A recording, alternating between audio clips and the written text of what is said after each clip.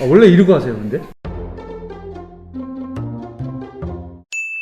안녕하십니까. 페어런 공연생활 뮤지컬 미드나잇 액터 뮤지션 두 번째 공부 방송, 우리 네 분의 배우분들 모셨습니다. 미드나잇에서 비지터 역할을 맡고 있는 신성민이라고 합니다. 안녕하세요. 뮤지컬 미드나잇에서 메인 역할을 맡은 배우 김기철입니다. 네, 안녕하세요. 저는 비지터 역할을 맡은 이석준입니다. 잘 부탁드리겠습니다. 네, 저는 피아노를 맡고 있는 양찬영입니다. 감사합니다.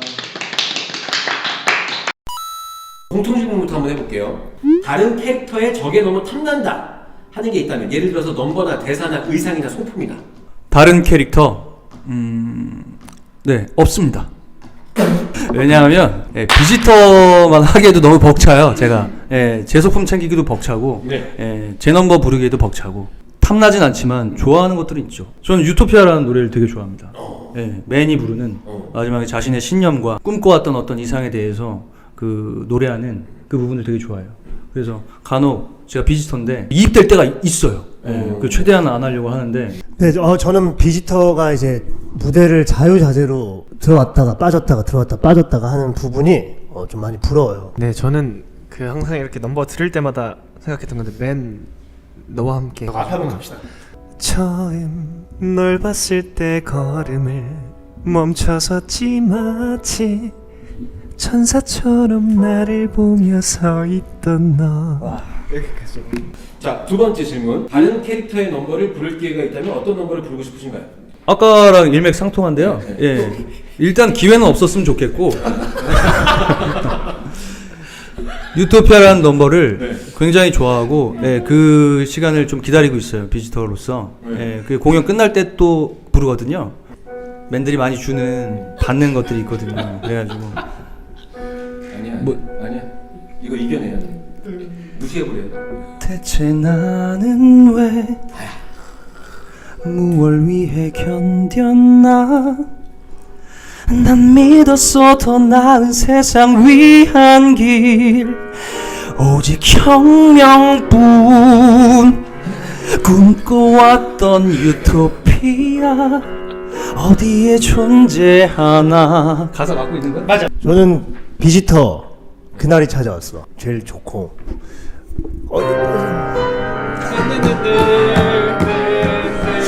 나 거긴 모른다. 황금의 성분 들이닥친 분노, 형제와 빈집들은 파티 중 술잔을 채우고 뱃살을 찌르고 맡긴 빈옷을 긴 실체 쌓이고. 잠깐, 나도 생각이 앞에를 해야지. 그 중간을 하면 어떡해. 저는 아까 말씀드렸다시피 너와 함께 또 파파도 좋아. 근데 그건 부를 수가 없어요. 너무 높기 때문에. 왜? 아유, 찬영 씨가 그거를 바로 키를 못 시킬까봐? 세키 정도 바로 내리지. 그 옛날 어린 시절. 너무 낮은데? 목을 겨웠던 그때. 여기까지. 뭐야? 또 세 번째 질문은, 미드나잇 액터 뮤지션의 많은 소품이 등장하는데 기타, 레코드판, 전화기, 오르골, 중식도 등 가장 애착이 가는 소품 무엇인가요? 중식도. 기타. 아무래도 기타죠. 자, 비지터를 인외 캐릭터라고 하는데요. 맨, 우먼까지 결국은 모두 인간이 아니라고 느껴집니다. 그 시대의 맨과 우먼, 즉 사람들에 대한 대표성을 띠는 느낌이에요. 혹시 작품적으로 이런 부분의 설정이 정해진 것이 있는지, 혹은 각 배우분들은 자체적으로 설정을 해놓고 진행하는 것인지 궁금합니다. 네, 아주 정확하게 보시고 계신 것 같아요. 이 말씀인 즉슨 이제 대표성을 띠는 느낌이다. 그래서 우리 작품에 맨과 우먼의 이름이 나오지 않죠. 연습 때도 이거 혹시 연출님이나 이렇게 뭐 배우들이 이렇게 생각을 하고 하신 거예요? 그렇죠. 네. 진짜로? 이게 뭐 배우분들 자체적으로 생각할 수가 없는 거죠. 이거는 맨 우먼이 어떤 누구여도 상관이 없는 거죠. 이 작품의 매력은 그 어떤 어느 시대나 어느 상황이나 그런 것들보다는 어디에 대입해도 말이 되는 그런 작품이라고 저는 생각합니다. 저는 맨을 할 때는 그 시대에 있었던 한 명의 이름이 있는 사람으로서 저는 그렇게 해석을 해서 연기를 하고 있습니다. 물론 이제 작품 전체에서, 그리고 비지터가 우리를 바라보는 시선에서는 그렇게 될 수 있지만, 저는 맨이라는 캐릭터를 할 때는 이제 그 시대 때 살았던 그 사람의 어떤 사상이라든지 생각이라든지를 대입을 해야 된다고 생각을 해서 그 시대에 있었던 뭐 대표적인 어떤 그런 사람은 이제 보시는 분들로 하여금 이제 그렇게 느껴질 수 있는 작품인 것 같고, 저는 이제 그 시대에 살았던 그 스탈린 체제에 살았던 어떤 한 사람을 연기를 하는 거죠. 홍주영님은 헐 지금 알았어요라고 하시고 많은 분들은 그렇게 생각을 좀 하셨나 봐요. 근데 저는 사실 되게 간단한 것 같은데 지금 알았어요. 근데 그러셔도 돼요. 그리고 홍주영님, 홍주영님. 네, 지금 아셔도 돼요. 모르셔도 되고 사실 공연을 보는데 문제는 없습니다. 저는 그렇게 생각해요. 그리고 이런 질문도 있었어요. 이 작품은 비단 시대적 배경의 특수성이 아니더라도 어느 시대 어느 상황에서든 모두에게 적용될 수 있는 인간의 이중성을 보여준다고 생각합니다. 그래서 보면서도 과연 내가 저 상황이라면 나는 어떤 선택을 할까? 라는 질문을 스스로에게 던지곤 합니다. 세 분에게도 같은 질문을 던지고 싶습니다. 어떤 선택을 하실 것 같은가요? 일단 저는 솔직히 말하면 제가 어떤 선택을 할지 막상 닥쳐야 알 것 같고, 지금 이렇게 생각만 한다고 해서는 어쨌든 인간이 살기 위한 생존 본능이 있다고 생각해서 고발을 할 수도 있고, 나만의 신념을 지키다가 또 내가 당할 수도 있는 거고, 지금 확답은 못 드릴 것 같아요. 이 계속 보자마자 그 생각을 했어요. 정답을 못 내리겠다. 저는 밀고를 얘기하는 거면 나 같으면 난 100%다. 난 밀고다. 제가 봤을 때도 하실 것 같아요. 나 같으면 난 그냥 쉽게 그렇게 할 것 같고 근데 나는 이건 인간의 이중성이라고도 생각이 되지 않을 정도로 당연한 100명 중에 99명은 다 그렇게 하지 않을까? 그래도 만약에 그런 상황이면 고민하지 않을까요? 이렇게 해도 되나? 아니 그러니까 너 어떻게 할 거야? 그러면 네 하겠습니다.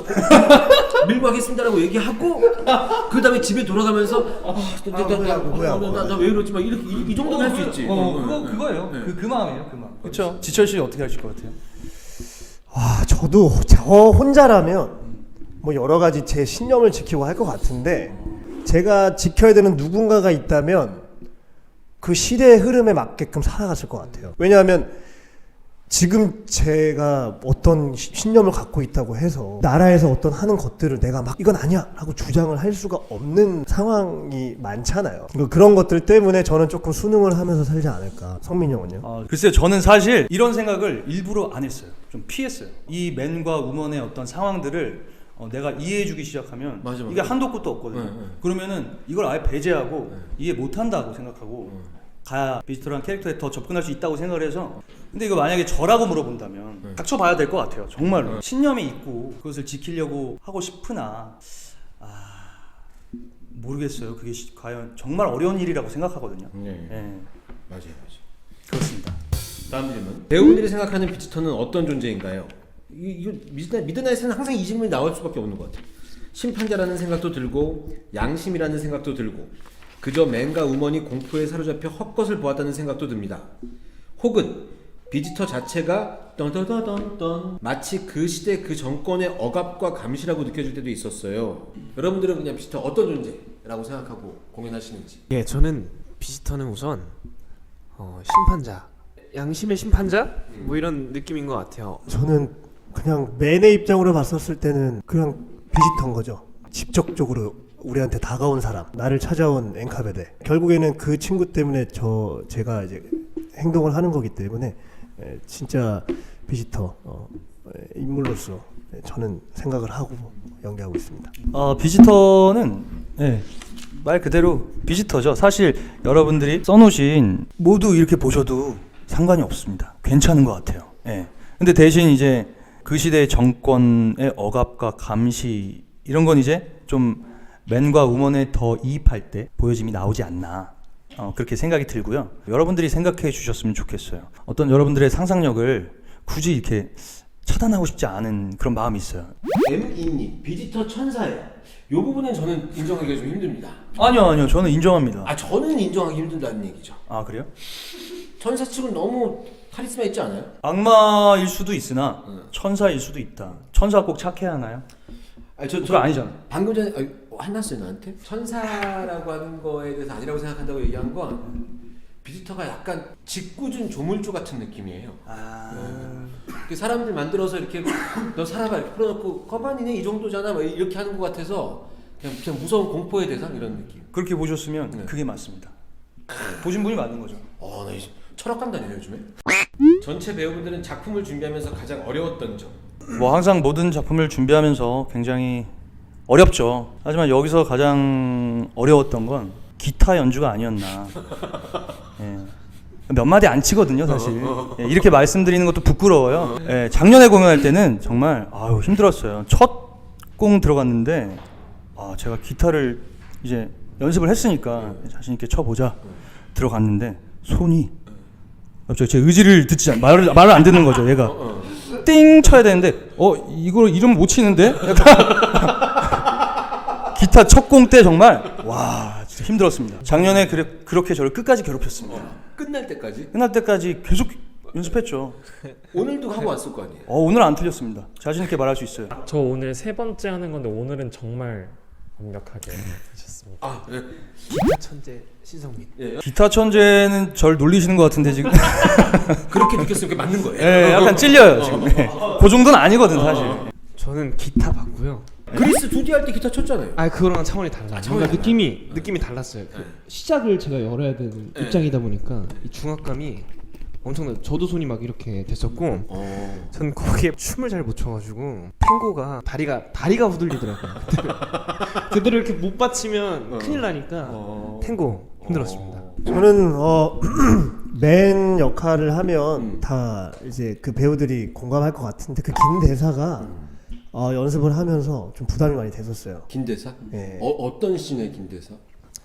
당신은 몰라 프로텍션이 없으면 바깥은 그냥 사냥터라고라고 해서 쭉 뒤에 가는 그 대사가 있는데 그거를 이제 그냥 외워서 이 템포의 리듬감으로 계속 해야 될 때가 분명히 있잖아요. 그러니까 그걸 다 이해해서 뭔가를 하게 되면은 그 흐름에 내가 갑자기 내가 처지게 만든다라든지 어떤 이런 것도 생각이 하면서 들기 때문에 그 씬을 연습할 때가 좀 많이 힘들었고 공연되어지고 나서도 힘들었어요. 왜냐하면 그때 한번 말이 한번 씹히든지 그렇게 되면은 그 다음부터 부담감으로 와요. 그래서 작년에도 되게 그 부담감에 많이 사로잡혔다가 이번에는 하면서 내가 이거를 그래도 말처럼 좀 제대로 해보고 싶은 욕심이 더 많이 들어서 노력을 해서 지금 공연도 하고 있습니다. 그럼 석준 배우님은 기타랑 탱고 지금은 좀 괜찮아졌어요? 지금도 좀 정신적으로는 안 괜찮은데 어떻게든 하고 있습니다. 열심히 최선을 다해서. 하다 보면 마지막 공연 후반부 가서는 이제 기타 가지고 막 놀 정도로 막 실력이 늘 줄 알았는데 아까 성민 배우님 지금도 10분 전부터 교감하고 있어요 기타를. 이 공연에서 기타를 처음 배웠는데 오늘도 잘 부탁해 계속. 미드나잇에 나오지 않는 음악도 연주 가능해요? 누가요? 아니야. 각기 다른 비지터와 맨, 우먼을 볼 때마다 느끼는 감정. 요거 간단하게 한번 얘기해 볼 수 있을까요? 예를 들어 성민 배우님이 생각하는 지철맨, 동화맨, 석준맨 요 특징 아주 간단하게. 근데 간단하게 말할 수가 없는데 예를 들어서 지철 씨를 오늘 만났다. 내일 만났다가 또 달라요. 그래서 이게 너무나 많은 경우의 수가 있어서 어떻다. 한 분 한 분 이렇게 오래 같이 연습도 많이 하고 한 석준 씨가 한번 얘기해 주셨으면 좋겠습니다.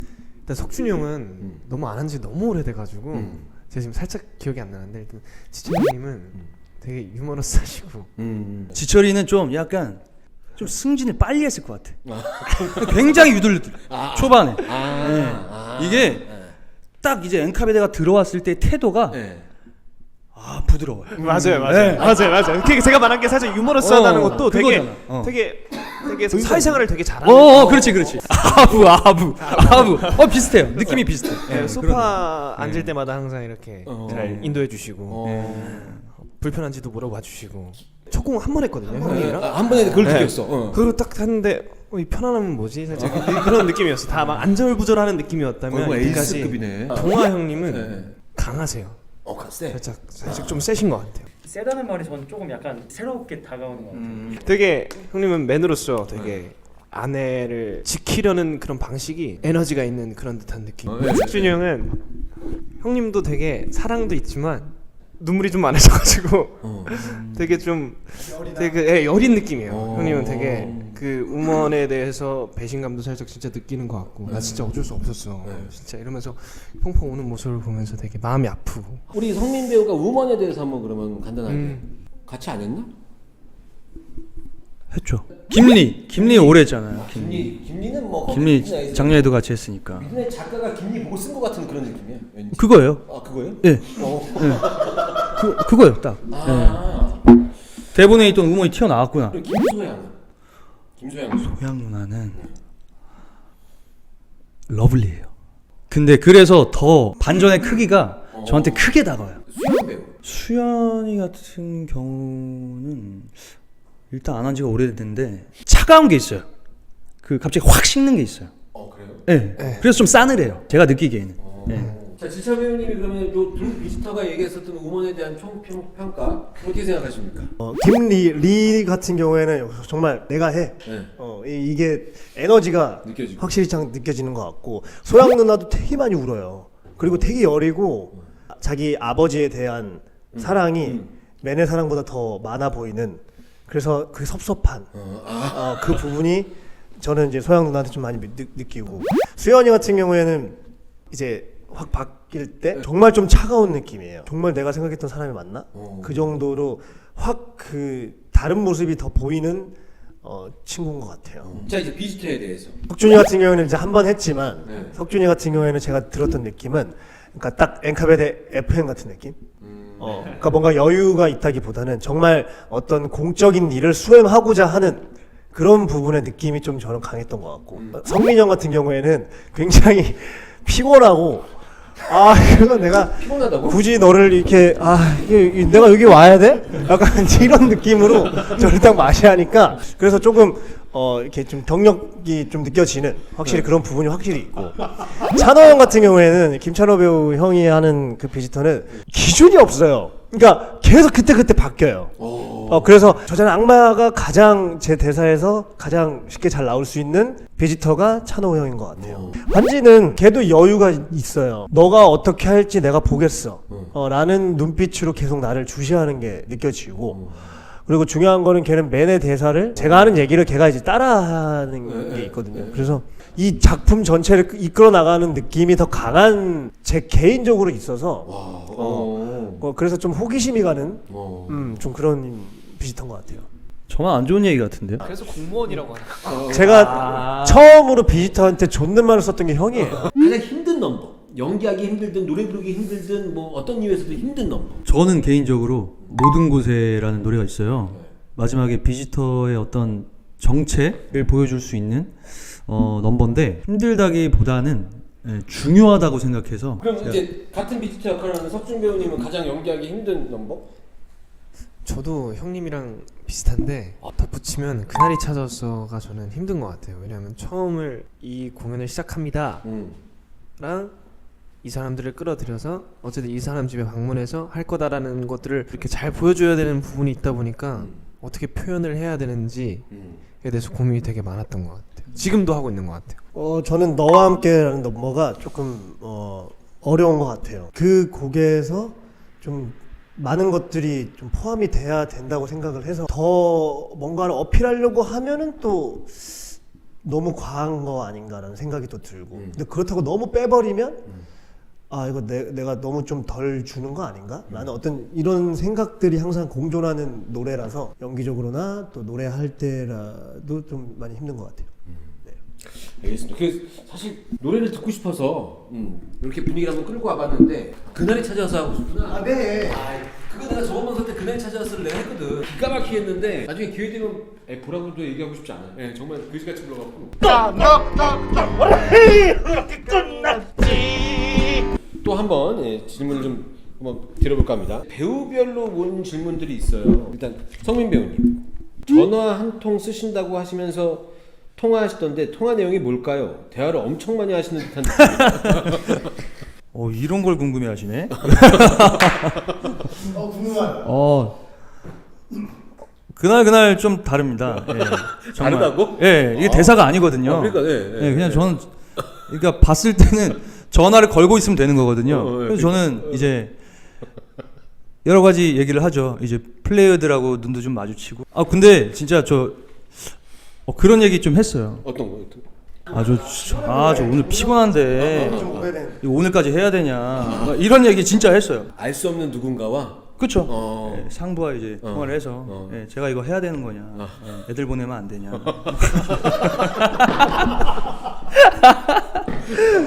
사실 전화를 쓰는 것 자체도 예, 그 제가 그 공간에 머물기 위해서 이제 얘기를 하는 건데 굳이 안 해도 되거든요. 전화 그냥 한번 걸어 보는 거죠. 뭐.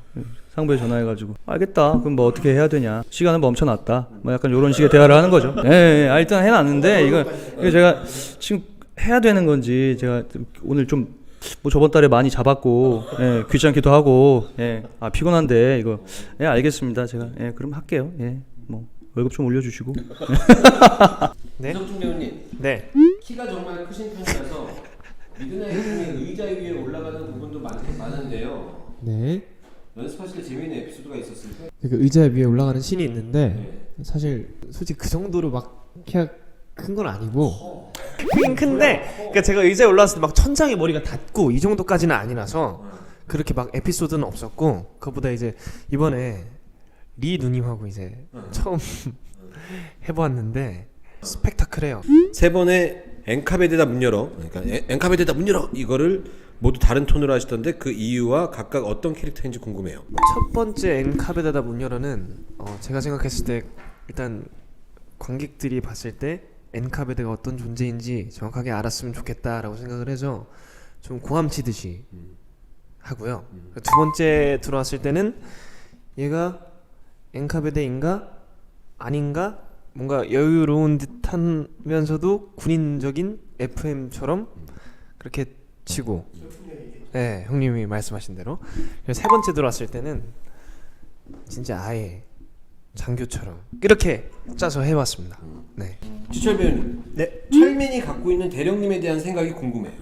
맨이 이제 아버님께서 살아계셨다면 지금의 날 인정해 주셨을까라는 대사가 있었는데 그게 앞에가 조금 달랐어요. 원래 대본은 지금의 날이라는 부분이 앞에 있었던 때가 있었고 뒤에 이제 했던 맨이 있었고 어떻게 생각을 하느냐에 따라서 이제 선택권이 좀 주어졌었어요. 아버님께서 살아계셨다면 지금의 날 인정해 주셨을까는 제가 예전에 이제 대령님을 만났을 때는 인정을 못 받았다가 지금 이제 내가 프로텍션도 받고 내가 우먼을 지킬 수 있는 위치의 사람이 됐다 보니 이제 대령님한테 내가 지금 살아계셨다면 내가 인정받을 수 있을까라는 그걸로 이제 유추를 했었을 때 되게 존경스럽고 항상 인정받고 싶어 했던 그런 인물인 거죠.